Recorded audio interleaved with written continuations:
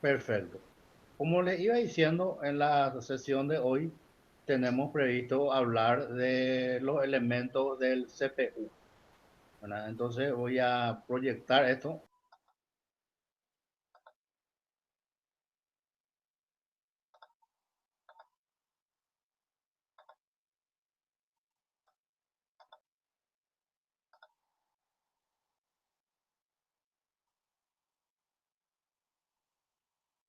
Ok, ahí veo que ya tenemos ahora la diapositiva. Y ahora vamos a usar pantalla completa. Bueno, perfecto. Elementos del CPU, ¿verdad? El CPU es el cerebro de la computadora. Es el elemento más importante, ¿verdad? Contiene el procesador, la memoria, ¿verdad? El bus de datos, el motherboard, ¿verdad? Y todo eso. Bueno, vamos a comenzar, ¿verdad? Refiriéndonos a la visión estática, ¿verdad? Y en primera instancia vamos a referirnos a la interfase con el computador. Pero primeramente debemos tener en claro el concepto de interfase, ¿verdad? Bueno, en informática, ¿verdad? Interfase es todo aquello que le sirve, ¿verdad? Al usuario, ¿verdad? Al ser humano para interactuar o comunicarse con el computador. Por ejemplo, ¿verdad? El ratón o el teclado y obviamente también el monitor, ¿verdad? El ratón, ¿verdad? Es un dispositivo, ¿verdad? Que se usó, que apareció, ¿verdad? Muy posterior a lo que fue, ¿verdad? La aparición de la primera computadora ENIAC en 1946. El ratón, ¿verdad? Fue popularizado su uso, ¿verdad? El ratón fue popularizado su uso por Apple, pero nobleza obliga a decirlo, ¿verdad? El ratón en realidad fue un invento de la Xerox, ¿verdad? La Xerox llegó a lanzar inclusive microcomputadoras, ¿verdad? Utilizando su propio ratón, ¿verdad? Eran máquinas muy potentes para la época, pero con un precio prohibitivo, ¿verdad? Para lo que era, ¿verdad? El poder adquisitivo de la gente en ese momento, ¿verdad? Entonces se consorciaron con Apple y fue Apple quien popularizó, ¿verdad? El uso del ratón. Eso es lo que podemos decir, ¿verdad? Al ratón, ¿verdad? Que es, el, digamos, un elemento esencial para la interfase que hoy que necesitamos hoy, ¿verdad? Con la computadora, ¿verdad? Como tenemos ahí, ¿verdad? En el material, para comunicarnos, tenemos dispositivos para introducir comandos y los dispositivos para la salida de los datos. Anteriormente al uso del ratón, ¿verdad? Los microcomputadores IBM y compatibles utilizaban un sistema operativo que se llamó DOS, Disk Operating System, ¿verdad? Y bueno, cuando uno quería copiar algo, uno tenía que escribir con el teclado, ¿verdad? El comando. Y el comando era copy, el nombre del archivo, ¿verdad? Y C2 puntos, por ejemplo, para copiar al disco duro. O copy el nombre del archivo a 2 puntos para copiar al disquete, ¿verdad? Hasta que después, bueno, apareció también un sistema operativo gráfico que fue el Windows, ¿verdad? Y entonces ahí también ya los IBM compatibles podían utilizar el ratón, ¿verdad? Entonces ahí tenemos ahora el punto A, estamos aclarando y ampliando el concepto con relación a esto de introducir comandos. Inicialmente el usuario tenía que escribir los comandos uno a uno desde su teclado. Y para la salida de los resultados, ¿verdad? Hasta hoy en día, digamos, el dispositivo más utilizado para salida de informes, ¿verdad? De información es la impresora, ¿verdad? Inicialmente las impresoras eran todas matriciales, y no tenían una buena calidad de impresión, eran lentas, ¿verdad? Hasta que después aparecieron, ¿verdad? Las impresoras a chorro de tinta, ¿verdad? Y también las impresoras láser, ¿verdad? Que son las que se están imponiendo hoy día por su velocidad y calidad de impresión. Ok.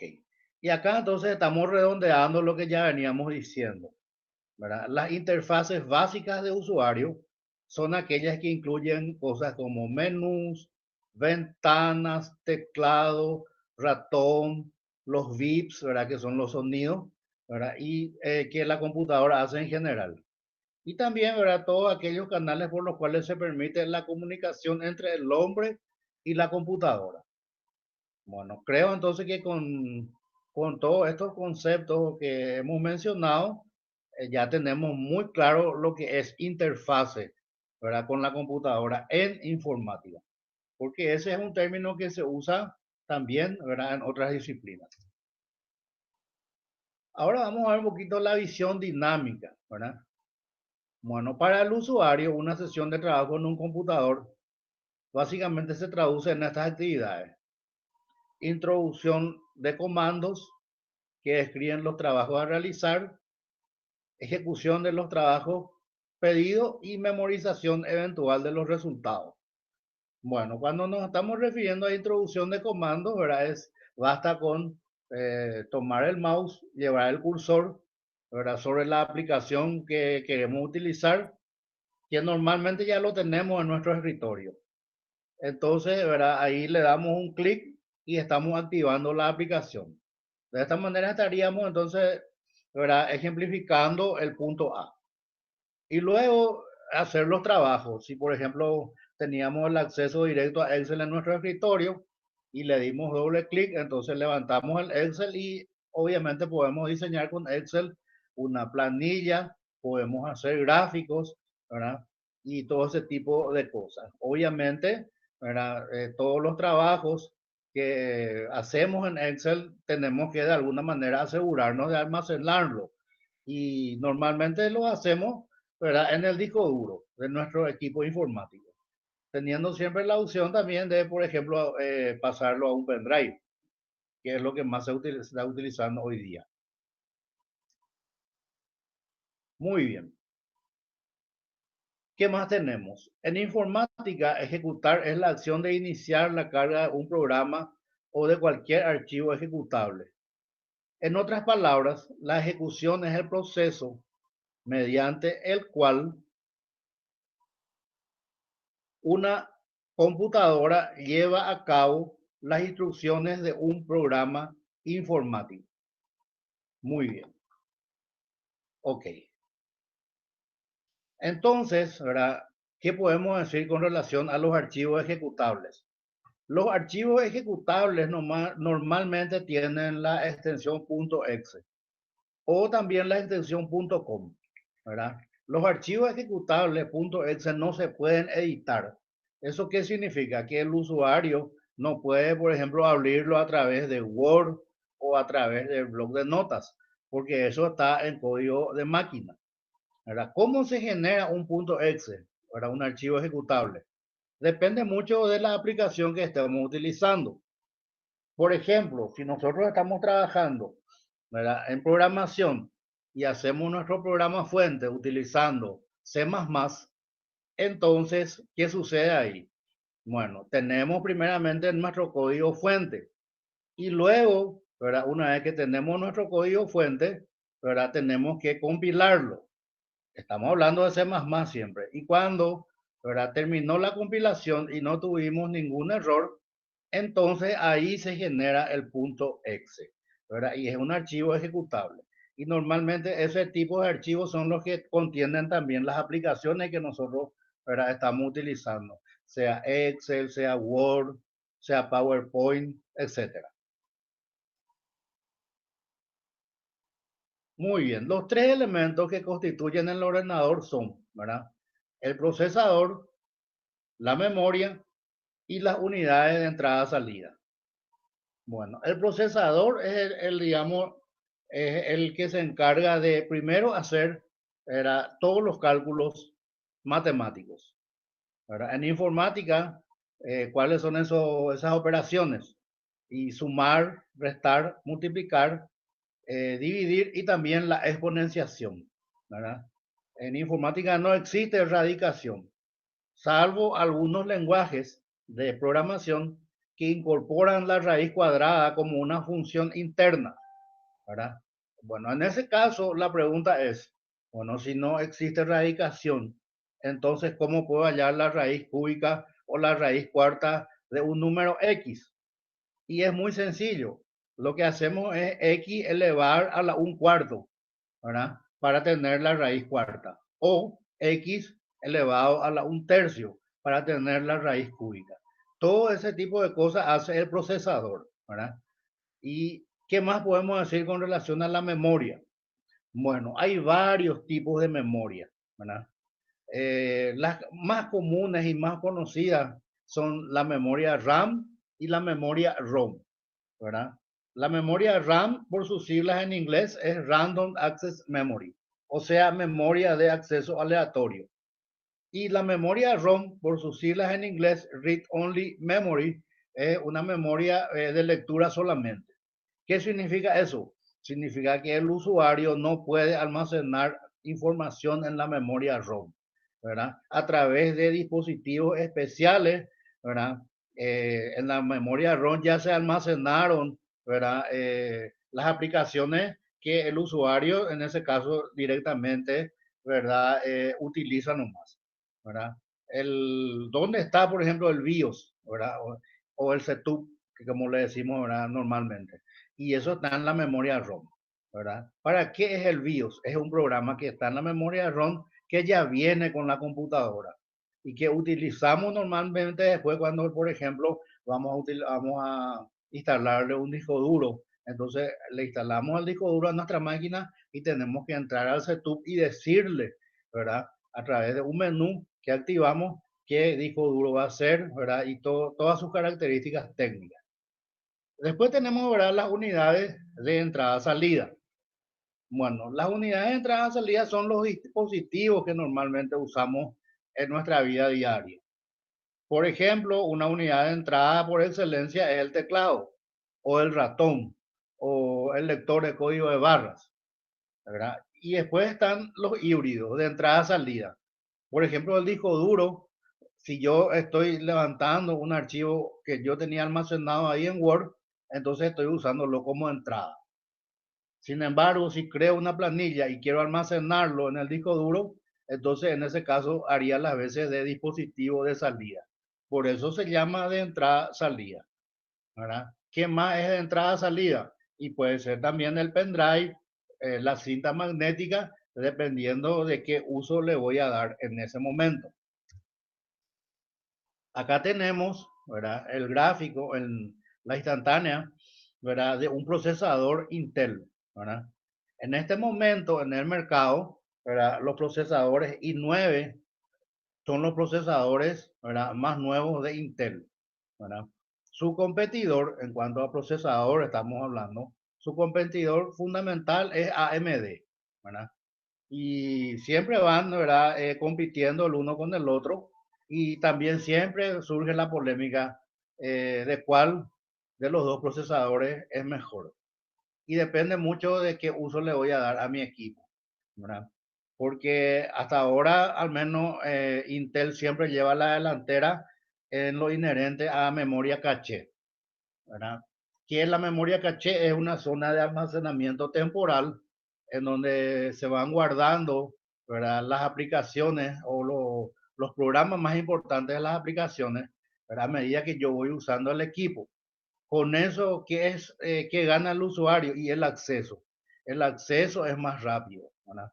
También en la memoria caché se almacena de forma temporal, ¿verdad? Las informaciones, por ejemplo, que voy a imprimir. Si yo tengo un listado muy largo que imprimir, digamos en Word, unas 50 hojas, entonces eso se utiliza, ¿verdad? La memoria caché del procesador y el buffer de la impresora, ¿verdad? Y en eso, entonces, Intel está todavía por delante de AMD.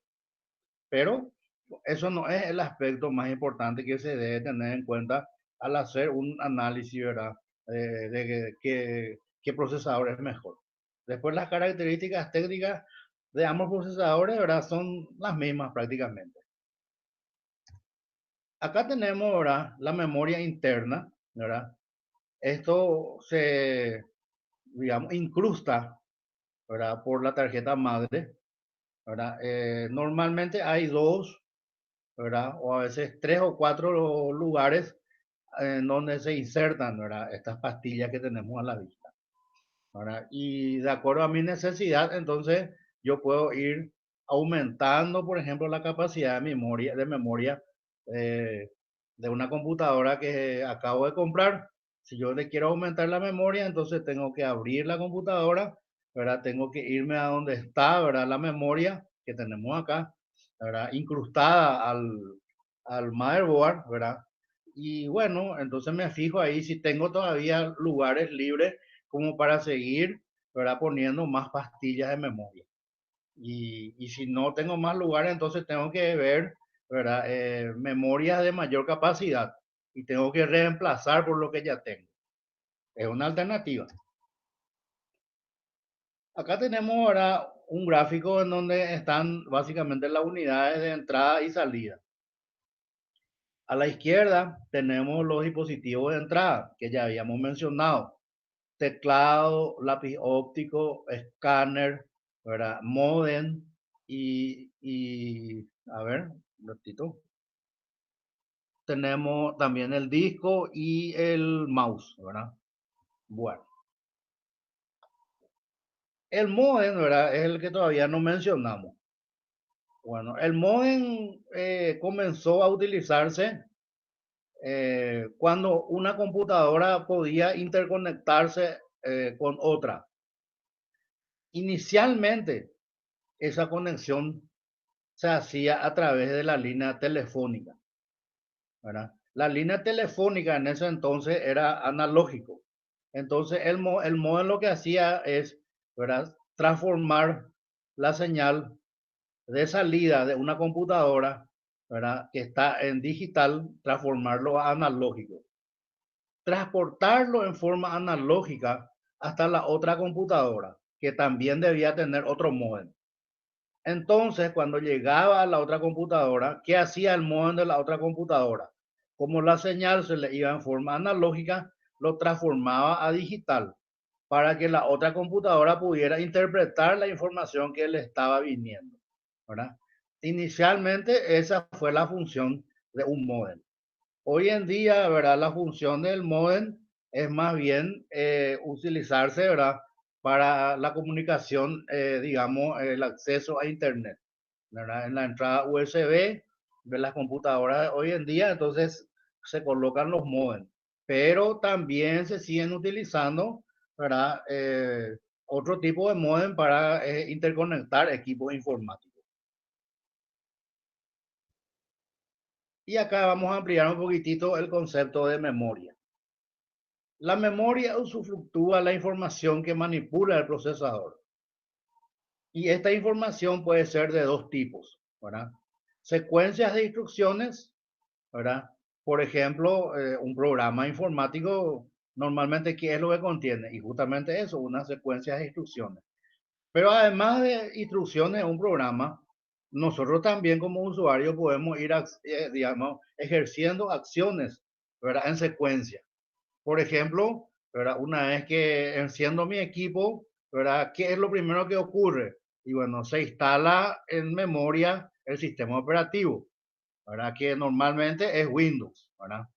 Pero hay que tener en cuenta que Windows tampoco es el único sistema operativo, hay otros más, ¿verdad? Bueno, esa sería entonces la primera parte de la secuencia. El siguiente paso, una vez que arrancó y se instaló en memoria el sistema operativo, es, ¿verdad? Yo como usuario decidir qué es lo que quiero hacer con mi equipo. Si quiero entrar, ¿verdad? En un navegador para conectarme a la web, ¿verdad? Entonces ese sería el siguiente paso. Entonces entro, ¿verdad? A un navegador, puede ser Google Chrome o Mozilla Firefox, depende ya del gusto de cada uno. Yo particularmente simpatizo más con el Google Chrome, ¿verdad? Y bueno, entonces ese sería el siguiente paso, ¿verdad? En secuencia. Y una vez que entro digamos que tengo el navegador, proyectado en mi pantalla, entonces ahí, ¿verdad? Decido, ¿verdad? A qué sitio voy a acceder. Si voy a acceder al Face o voy a acceder a leer un diario digital o voy a googlear para buscar información, etcétera. ¿Y qué más tenemos ahora como último, como el punto B? Los datos sobre los que operan dichas instrucciones, ¿verdad? Hay que tener bien en claro en este caso la diferencia que hay entre datos e información, porque realmente, ¿verdad? No son la misma cosa, ¿verdad? Un dato es algo que de por sí no tiene prácticamente ningún significado. ¿Y qué es la información? La información ya son esos datos que fueron procesados. Vamos a suponer que yo de repente, ¿verdad? Ahora, digamos, active mi planilla Excel y empiece a escribir, ¿verdad? En la celda, en la primera celda, un número, 19. Después en la siguiente celda, ¿verdad? Otro número, 18. Abajo en la siguiente celda, otro número, 20. Y así sucesivamente, digamos que escriba unos 10 números, uno debajo del otro, en la planilla. Eso así como está, ¿qué es? Y son datos, ¿verdad? Ahora, si después de introducir, ¿verdad? Esos 10 números, me voy y me ubico ahí abajo mismo y le digo, por ejemplo, autosuma y ya me haya la suma de esos números, entonces, ¿eso qué va a ser? El resultado de eso. O sea, la suma de esos 10 números. Eso ya es información. Y vamos a suponer que me voy otra vez abajo en la siguiente celda y escriba, por ejemplo, igual promedio. Paréntesis izquierdo, marco mi primera celda, arrastro hasta la décima celda y ahí, ¿verdad? Paréntesis derecho. Entonces, ¿qué estoy haciendo ahí? Estoy usando una función interna que viene incorporada al Excel, que me va a hallar el promedio de esos 10 números, ¿verdad? Eso también ya es información, ¿verdad? Entonces, con estos dos ejemplos sencillos que le estoy dando, creo que ya tenemos bien clara la diferencia entre lo que es un dato y lo que es información.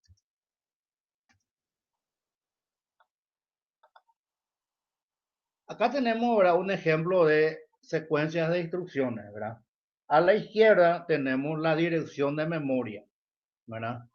Las direcciones de memoria realmente no están en formato decimal, como tenemos ahí, ¿verdad? Esto es solo a modo de un ejemplo. En la vida real, las direcciones de memoria están en hexadecimal, ¿verdad? Entonces, si uno, por ejemplo, en el lenguaje C, ¿verdad? Utiliza un apuntador que tenemos a la derecha y después le decimos que nos imprima la dirección de memoria, entonces esa va a salir en hexadecimal y no en decimal como tenemos en el ejemplo. Eso hay que tenerlo bien claro. Bueno, y entonces ahí es lo que estamos, digamos, tratando de ejemplificar. Que en la dirección de memoria 10.001 está lo que sería la instrucción 1, leer un número, ¿verdad? En la siguiente dirección contigua, en la 10.002, estaría la instrucción 2. ¿Qué puede ser la instrucción 2? Leer otro número.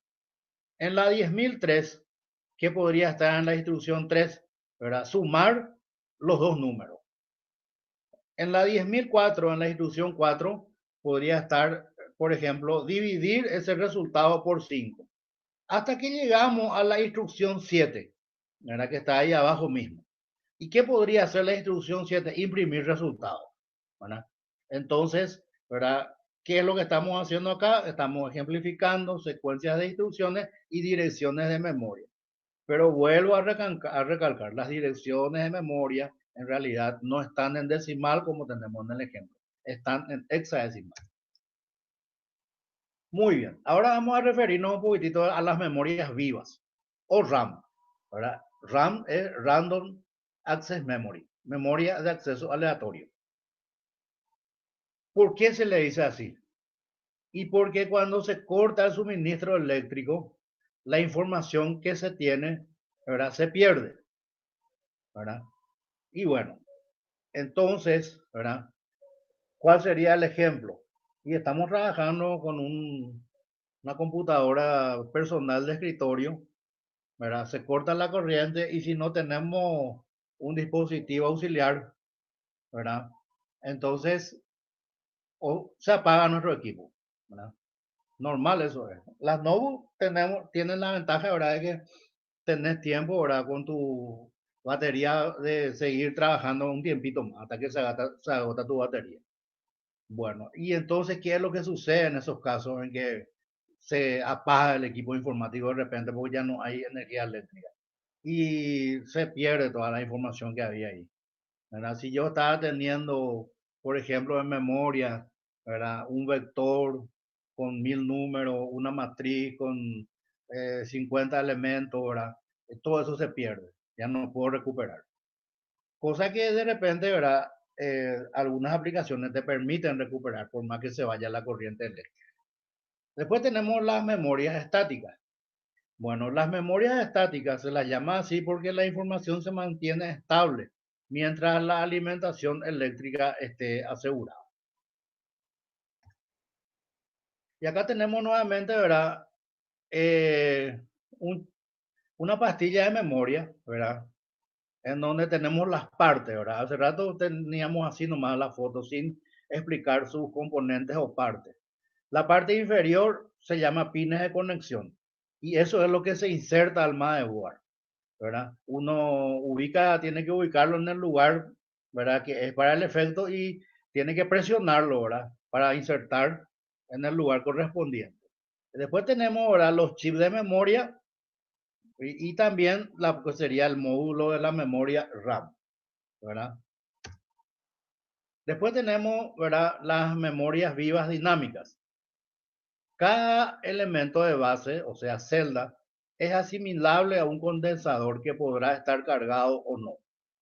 Al tratarse de memorias dinámicas, la información se pierde en el momento en que el condensador se descarga.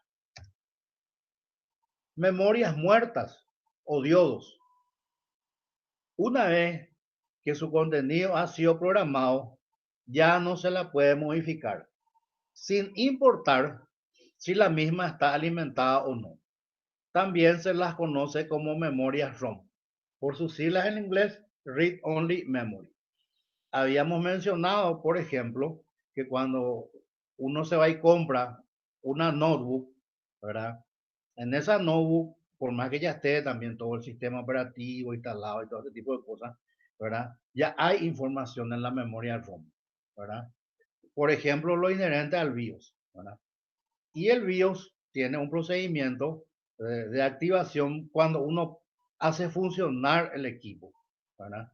Normalmente mientras el equipo está arrancando, ¿verdad? Uno le puede dar varias veces escape, escape, escape, hasta que logra, ¿verdad? Que se active el BIOS, ¿verdad? Y ahí aparece un menú con una serie de informaciones, ¿verdad? Que tienen que ver con el equipo en sí.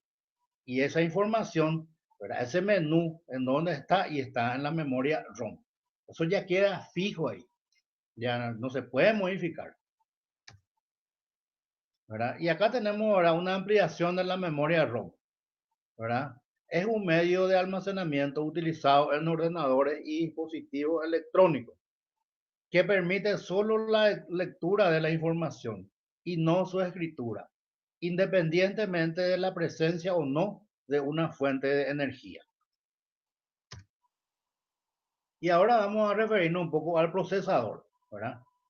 El procesador tiene la unidad de control, la unidad de proceso, el registro y el camino de datos. Acá tenemos, ¿verdad? En perspectiva, un procesador i7, ¿verdad? El procesador es el cerebro del sistema, encargado de procesar toda la información. Prácticamente todo pasa por él, ya que es el responsable de ejecutar todas las instrucciones existentes.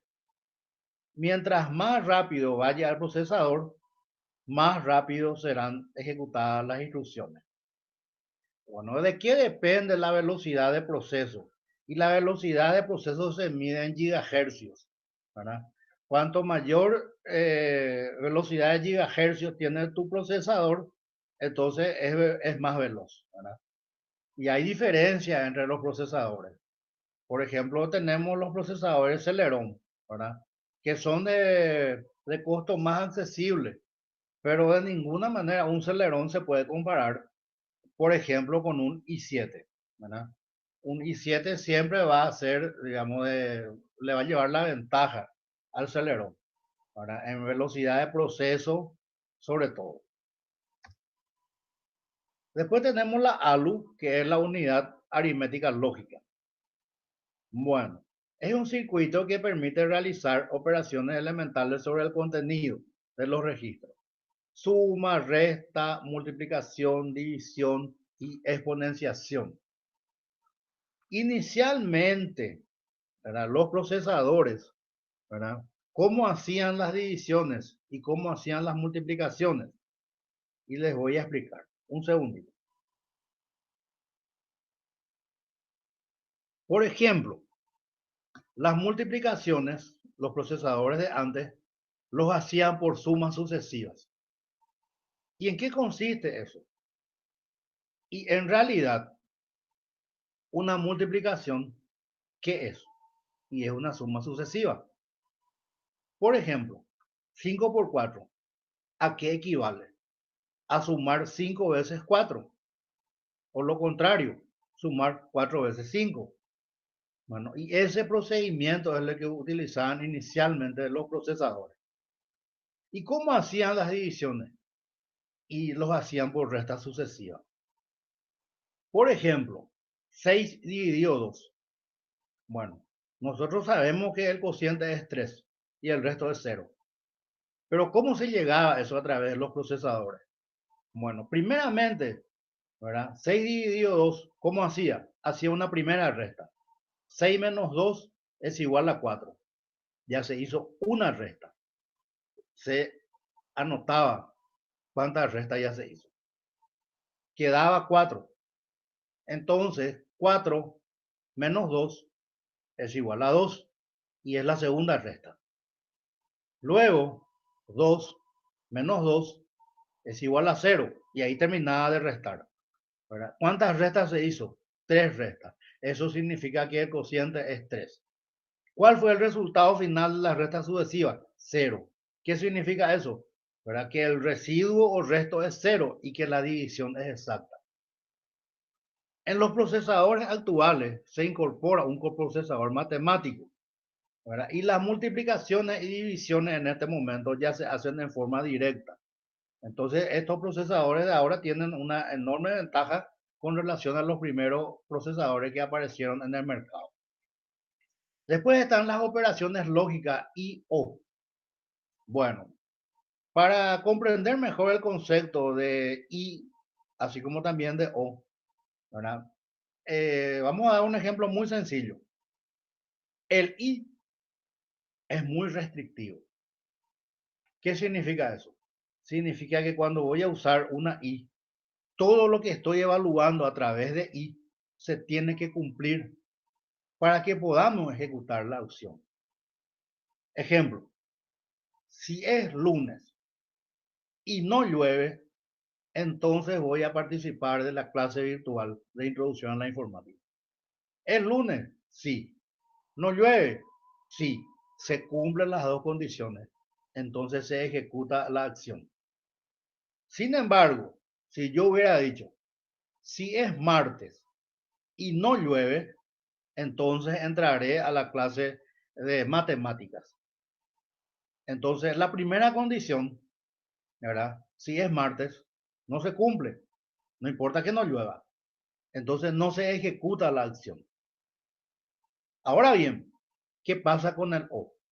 ¿Verdad? El o es más incluyente, porque basta con que una de las dos condiciones evaluadas se cumpla o ambas se cumplan, ¿verdad? Si yo hubiera dicho, por ejemplo, ¿verdad? Si es martes o no llueve, ingresaré a la clase de matemáticas. Bueno, no es martes, pero no llueve. Entonces, eso significa que vas a entrar a la clase de matemáticas. Obviamente no sabemos si va a estar habilitado el aula virtual, o sea, el link de conexión. Pero esa es la diferencia, ¿verdad? Entre el I y el O. dando así ejemplos muy sencillos. Y acá tenemos ahora, este es el procesador, ¿verdad? Y ahí tenemos ahora lo que sería la unidad aritmética lógica. ¿Cómo funciona la unidad aritmética lógica? Bueno, es la encargada de tratar con los datos, ejecutando las operaciones requeridas. Las operaciones que realiza son tanto aritméticas como lógicas. De ahí que se conozca también como unidad aritmética lógica o ALU, por sus siglas en inglés. Ya explicamos ahora en el slide anterior cuáles son las operaciones aritméticas y cuáles son las operaciones lógicas. Con esto, entonces, ¿verdad? Estamos terminando lo inherente, ¿verdad? A los elementos del CPU.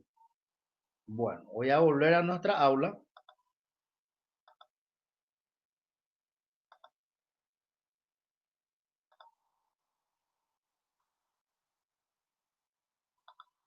Había varios que estaban esperando, ¿verdad? Entonces, estamos terminando de esta manera lo que sería, ¿verdad? Lo inherente a elementos del CPU.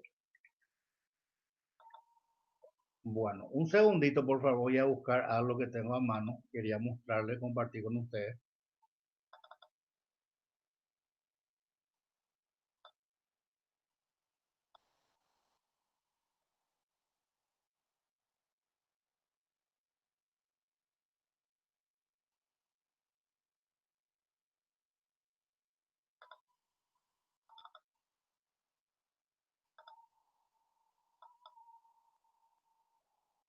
Voy a proyectar otra vez.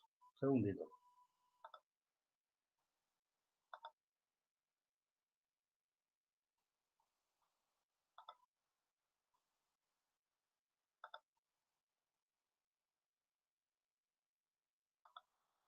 Muy bien.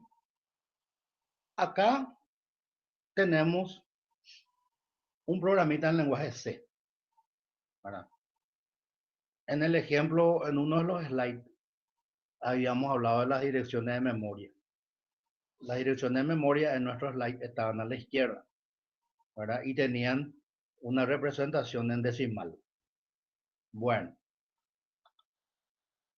ahora voy a ejecutar y entonces ahora voy a ampliar, ¿verdad? Voy a desampliar porque justo ahí aparece el símbolo de la grabación. Ahí. Bueno, voy a ampliar un poquitito. ¿Qué es lo que quiero puntualizar con este ejemplo? Bueno, dice ahí, dirección de memoria de R, ¿verdad? Es 0028FF44. Bueno, ¿qué es lo que está diciendo ahí? Y es lo que en nuestro slide era la dirección de memoria, que yo les había aclarado, ¿verdad? Que en realidad una dirección de memoria nunca va a aparecer, ¿verdad? En decimal, siempre va a aparecer en este formato. Este formato se conoce como hexadecimal. ¿Qué significa hexadecimal? Que tenemos 16 dígitos, no 10 como tenemos en el decimal. ¿Cuáles son los dígitos en hexadecimal? Bueno, tenemos de 0 al 9, ¿verdad? Normalmente, como en el decimal. Pero lo que en el decimal sería 10, en realidad en hexadecimal es A, el 11 es B, el 12 es C, el 13 es D, el 14 es E, y acá el, el 15 es F. Entonces, ¿qué tenemos ahí como FF? Y tenemos, ¿verdad?, el valor 15, pero en hexadecimal. Es cuestión de interpretar nomás lo que está apareciendo ahí, ¿verdad? Por eso, ¿verdad? Quería mostrarles este ejemplo bien sencillo. Voy a cerrar mi ventana, ¿verdad? Y acá tenemos un código en C, ¿verdad? Baratito. Y esto que tenemos acá, ¿verdad? Que yo estoy declarando como con un asterisco, eso significa para el compilador de C que ese es un apuntador. Y cuando hablamos de apuntadores es que nos referimos, ¿verdad?, a las direcciones de memoria, ¿verdad? Un apuntador es como una variable también, pero apunta a una dirección de memoria que yo lo saqué, ¿verdad?, en pantalla recién a través de esta instrucción que está acá, ¿verdad?, que estoy marcando ahí. Bueno, ahora bien, ¿verdad? Fíjense que este Pro 3 que dice acá, ¿verdad? Voy a irme un poquitito a la derecha, un poquitito a la derecha, y acá que dice C++ source file. O sea, dice que es, ¿verdad?, un archivo, un código fuente. ¿Qué significa un código fuente? Que lo hizo un programador. Y abajo, ¿verdad?, acá dice también Pro 3, fíjense, ¿verdad? Pero este no es un source file, es una aplicación. ¿Qué significa esto? Que esto es un código ejecutable, ¿verdad? Y este tiene una extensión .exe normalmente y está en código de máquina, ¿verdad? Entonces, ¿cómo yo genero esta aplicación que dice acá? ¿Cómo genero el .exe? Y muy sencillo, voy a entrar otra vez acá a mi dep, voy a entrar acá donde dice ejecutar, ¿verdad? Le voy a dar compilar y ahí me dice que compiló todo. Cuando me dice que compiló todo, es porque ya tenemos este Pro 3 que está acá, ¿verdad? Entonces yo le doy, ¿verdad?, acá, ¿verdad?, esta es la aplicación, yo ejecuto directamente, ¿verdad?, y me aparece el resultado, ¿verdad? Y acá dice bien lo arriba, esta partecita, dice pro3.exe, ¿verdad? Y estos son los archivos ejecutables, ¿verdad? No se pueden editar, no se pueden visualizar lo que hay adentro porque eso está en código de máquina, ¿verdad? ¿Qué pasa cuando, por ejemplo, entro en Pro 3, ¿verdad?, y quiero compilar y cometo un error? Digamos este error, ¿verdad?, que es el más común de todos, no ponerle punto y coma al final de la instrucción. Entonces yo le doy ejecutar, le doy compilar y ahí me marca mi compilador y me dice acá abajo, ¿verdad? Por un punto y coma que me olvidé de poner acá, miren un poquitito acá abajo, me da 5 mensajes de error, ¿verdad? Entonces yo, programador, tengo que empezar a mirar, ¿verdad? ¿Y dónde está la clave? ¿Verdad? Y acá dice, ¿verdad? Expected primary expression before INT. Expected before INT, ¿verdad? ¿Qué es lo que me está diciendo? Que esto quedó, ¿verdad?, expectante. ¿Qué cosa?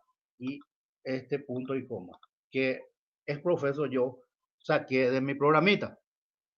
Ahora voy a ponerle otra vez el punto y coma, voy a entrar acá, voy a compilar y voy a hacer que todo vuelva a la normalidad.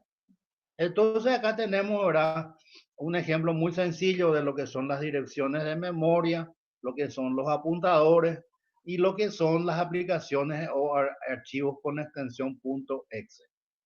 Bueno, entonces voy a dejar de compartir, voy a volver a nuestra aula virtual, ¿verdad?, acá. Y bueno, ¿hay alguna duda, alguna consulta, chicos? Abran su micrófono, ¿verdad? Y bueno, hablen, eh, digamos, de a bonito nomás, ¿verdad? Ahora yo les escucho a ustedes, para antes de levantar la sesión, en homenaje a su tiempo. Soy todo oídos, chicos. Profe, ¿Sí? ¿Vos em, sos? Daniel Cardoso. Sí, te escucho, Daniel. Hoy en día AMD le superó lejos ya a Intel. ¿En En qué, por cua- ejemplo, Daniel? AMD en cuanto a multitarea es mucho mejor que Intel porque Intel tiene el problema que se calienta más rápido, se sobrecalienta. Ujú. Por ejemplo, un Y procesador AMD es mucho mejor para una para un diseñador gráfico, al menos un AMD ujú, es lo más recomendable. ya. ¿Y qué pasa si le pones un doble cooler a tu procesador? No, yo digo a nivel amateur, por así decirlo. Ajá, ok. Porque si vamos a irnos por gráfico y eso, Intel sigue siendo un poquito mejor, pero muy pocas diferencias. Ujú, Pero o sea, para uno que está iniciando en el mundo de la PC, una AMD es lo más recomendable porque es lo más multifacético, por así decirlo. ujú. Ya. Esa Y esa bueno, era sí, está bien, ¿no? Tranquilo, tranquilo. ¿verdad? No, siempre, por eso te digo, siempre hay voces discordantes, uno que un fanático que se tira por Intel, Sí, no, otro, ¿verdad? Pero vos puedes estar argumentando lo que estás diciendo, sí, yo ¿verdad? ya tuve los dos, por eso te digo. Yo nunca tuve AMD, Yo ahora nunca. tengo un Ryzen 5, por eso Ujú, sé. ujú, perfecto. Y decime una cosa, ¿vos conoces algo de Linux, Daniel? De Linux, Ah, eh, prácticamente nada, pero en mi pasantía tuve un poco de Linux. ujú, Aprendí Linux, aprendiste algo de Linux. sí. ¿Y vos qué me dirías, Daniel, si yo así de manera tajante te afirmo? Mira que Linux es mejor que Windows. No conozco tanto de Linux, pero Ujú. no puedo Bueno, asegurarte. me parece muy bien. Entonces, ¿por qué es lo que estoy diciendo? Algo así también yo. Resulta ser que Linux, ¿verdad? Es un programa, primero lo que es un sistema operativo que es gratis, ¿verdad? Primero lo. El que tiene varias distribuciones. Tiene varias distribuciones, ¿verdad? El que más se conoce es el Ubuntu, que hace muchos años está en el mercado. El Ubuntu se actualiza dos veces al año, el 30 de abril y el 30 de octubre. Bueno, ¿de dónde salió Linux? Muy sencillo. Un estudiante, ¿verdad? De informática de Finlandia, de Helsinki, su capital, llamado Linus Torvald, ¿verdad? Tomó el código de Unix, que era para computadoras grandes, ¿verdad? No para PC. Y él le hizo unas modificaciones para que pudiera usarse en PCs y notebooks, ¿verdad? Y dejó eso en Internet a disposición de todos los programadores del mundo. Cada programador iba bajando eso, ¿verdad? Le hacía modificaciones y alzaba otra vez y él iba mirando, él iba supervisando qué es lo que hacía la gente, ¿verdad? Y así Hola, se fue creando Linux, ¿verdad? ¿qué tal, Y profesor? Linux, Fabio soy. sí, ¿qué tal, Fabio? Yo llegué a usar Linux un buen tiempo. Ujú. Tiene su ventaja y su desventaja. ¿Qué distribución usaste, Fabio? Yo sé, en Ubuntu sería, Ubuntu, perfecto. sí, pero pasa lo siguiente. Para aprender a hacer programaciones o modificaciones, es recomendable usar Ubuntu porque te da más accesibilidad a su sistema operativo. Vos Exactamente. por, vos, por ejemplo, tenés muchas ventajas, ¿verdad? Vos, por ejemplo, tenés muchas ventajas, ¿verdad? En usar,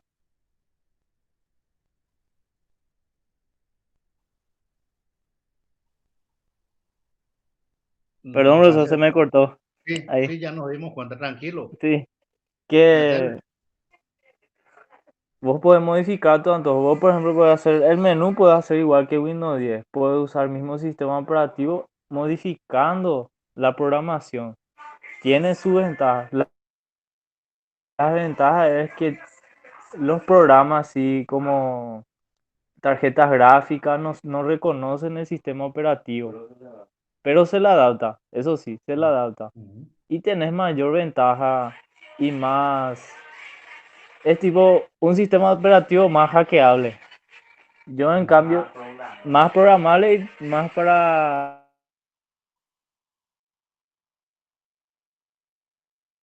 tanto, es más idearse de cómo usar nomás. En cambio Windows 10 no es así. Usé un buen tiempo, pero me limitaba en ciertos aspectos, ciertos programas, entonces decidí usar nomás otra vez Windows 10. Entiendo. Muy bien. Entonces estamos aprovechando ahora el tiempo que nos queda para hacer un intercambio de pareceres, ¿verdad? Bueno, no sé si alguien más quiere opinar, quieren hacer uso de la palabra. Este es un buen momento para el efecto. Profesor, ¿qué tal? Hola, Carlos, ¿cómo te va? Excelente, excelente. Yo tengo una pregunta respecto a su ejemplo que recién estuviste mostrando, por ejemplo, ese pequeño pedazo que pusiste en hexadecimal. Sí, Eh, señor. por ejemplo, estoy haciendo yo un código en C. ¿En qué condición necesariamente yo tengo que poner una instrucción, ya sea en hexadecimal o en otro sistema de numeración? Yo sé que, Bueno, por ejemplo, más o menos para los colores, creo que en hexadecimal hay que especificar eso, para los colores que quiero que salgan la impresión, por ejemplo, en pantalla. Pero la verdad es que no, No entiendo muy bien en qué casos específicos se podría utilizar eso al momento de programar. En el momento de programar, normalmente no se utiliza el código hexadecimal, ¿verdad? Normalmente en el momento de programar se usan las instrucciones de C, ¿verdad? Para la aplicación que vos quieras, para la necesidad que vos tengas de desarrollar, ¿verdad? Normalmente no se usan rutinas en hexadecimal, se usan los códigos de C, ¿verdad? Que en este caso era un programita muy sencillo, muy cortito, ¿verdad? De 10, 12 instrucciones más o menos.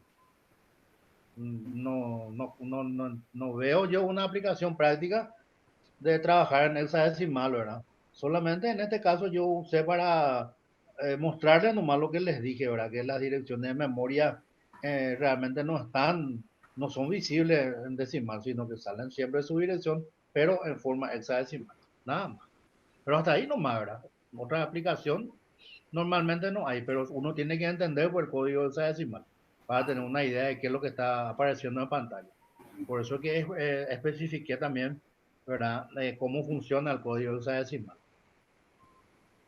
Eso te quería preguntar, profesor, ¿verdad? Porque, por ejemplo, para la programación de PIC que yo llegué a dar en un curso, había partes del código que ellos direccionaban con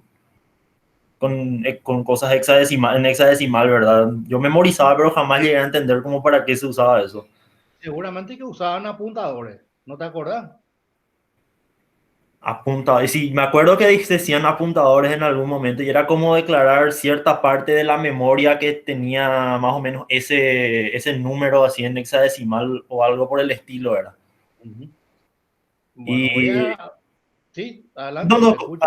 no, escucho, profesor. No, y justamente, ¿verdad? Voy a volver a desplegar un poquito, ¿verdad? En pantalla el programa, ¿verdad? En este caso, acá tenemos el código y yo estoy declarando mi apuntador acá. ¿Cómo yo sé que es un apuntador y no es una variable como este, por ejemplo? Y porque siempre tiene, ¿verdad? El asterisco. Entonces ahí yo sé que es un apuntador, ¿verdad? Y otra cosa, ¿verdad? Cuando yo voy a imprimir lo que hay en un apuntador, yo tengo que usar esta máscara, porcentaje P, ¿verdad? Para que me imprima lo del apuntador, ¿verdad? O si no, no me va a imprimir, ¿verdad? Me va a salir cualquier cosa, a lo mejor me va a dar error, ¿verdad? Voy a ver un poquito si no tengo otro ejemplito acá.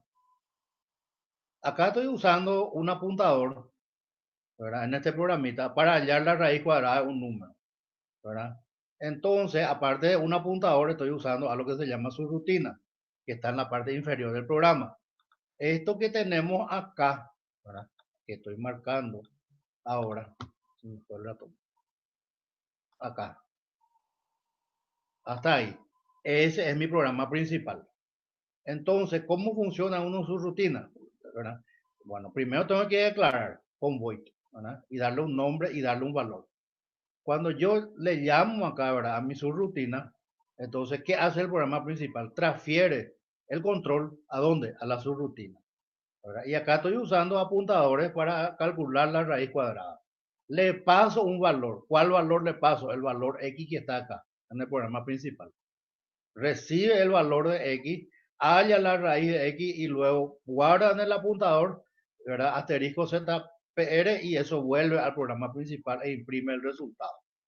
Entonces, ¿verdad? La cosa sería directamente así, ¿verdad? Introducir un número, ¿verdad? Y ahí tenemos ya, ¿verdad? El valor de la raíz cuadrada, todo a través de apuntadores. Obviamente, todos esos procesos, ¿verdad? Son completamente transparentes para el programador, ¿verdad? Pero hay que saber usar el tema de los apuntadores. Y nada más, ¿verdad? Nada más. Hay otros ejemplos de apuntadores, pero yo no quiero profundizar mucho en esto porque resulta ser que esto surgió, ¿verdad?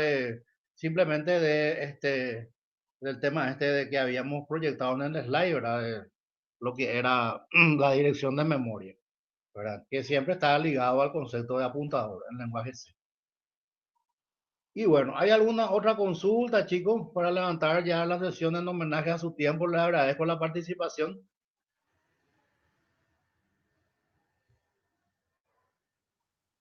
Profe, yo tengo una pregunta, pero ya Decime, Samuel. con el tema. ¿Sí?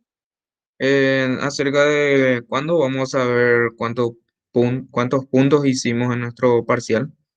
Bueno, yo envié ya la planilla al área académica. Ellos hacen ahí una digamos, auditoría, ¿verdad? Chequean la información que yo envié contra lo que hay en plataforma.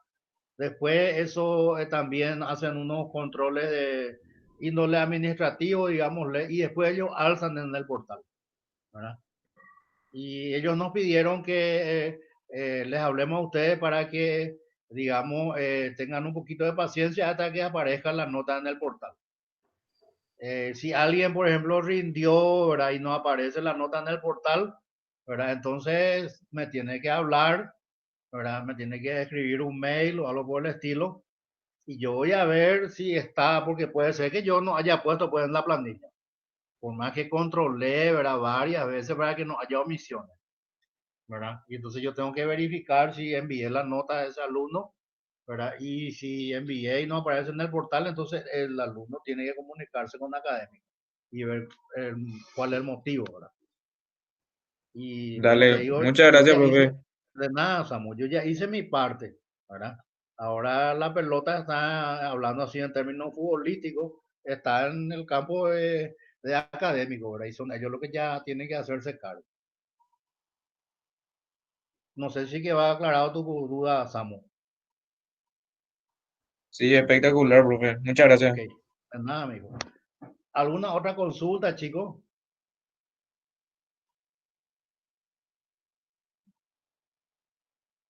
Bueno, antes de levantar la sesión, ¿verdad? Viene lo inherente al trabajo práctico. Bueno, ¿cómo vamos a organizarnos para el trabajo práctico?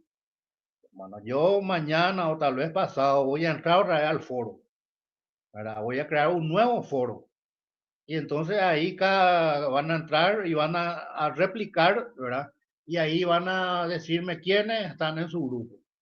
Me tienen que escribir bien, así su nombre y apellido, como está en la planilla, ¿verdad? ¿Por qué estoy insistiendo con esto de la planilla? Porque a veces, ¿verdad? No sé por qué regla de tres, algunos alumnos usan para escribir, para poner su nombre en la planilla, usan, por ejemplo, su apellido materno, ¿verdad? Y no el paterno, pero en la lista está así. Y entonces ahí ya me crea una dificultad porque no le ubico, ¿verdad? De buena primera al alumno. ¿Verdad? Y tengo que empezar a hacer una búsqueda por nombre, entonces por nombre de pila, ¿verdad? Entonces, en síntesis, mañana o pasado voy a volver a abrir un nuevo foro en cada aula. Ahí, ¿verdad? Cada uno tiene que replicar y decirme, bueno, yo voy a hacer mi trabajo práctico con fulano, fulano y fulano y yo ya le voy a dar el tema, ¿verdad? Eso, toda esta semana vamos a dedicarle, ¿verdad? A formar los grupos. Después yo una vez que formemos los grupos, les voy a dar el tema que le toca a cada grupo y cómo se va a hacer el trabajo práctico. Pero vamos a irnos por partes nomás, ¿verdad? Está clara entonces la película, ¿sí?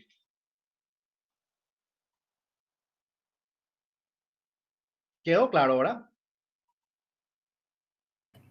¿Entendido, profesor? Genial. Gracias, Carlos. Y bueno, ¿qué les parece si levantamos la sesión, chicos? Dentro de 15 días estaríamos teniendo nuestra clase virtual.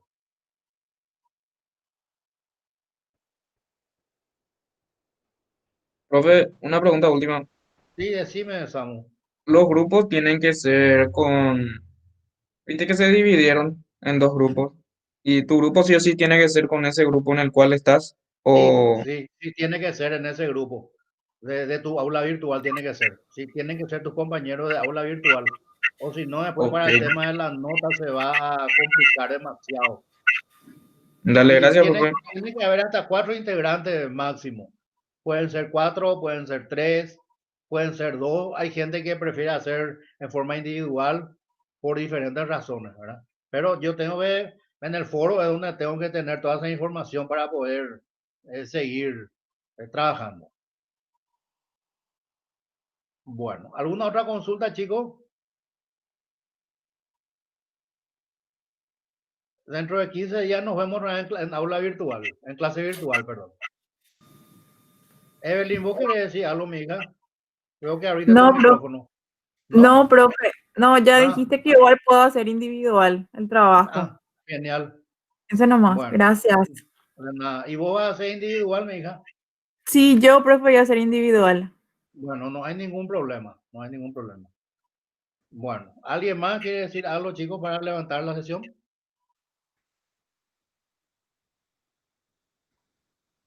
Y bueno, si ustedes no tienen objeciones, levantamos la sesión, ¿les parece? Bueno, gracias, profe. De nada. Buenas noches a todos, chicos. Feliz Día de la Juventud, pero todo en modo COVID. Y bueno, buenas noches, chicos. Levantamos la sesión. Un gusto. Chao, gracias, profe.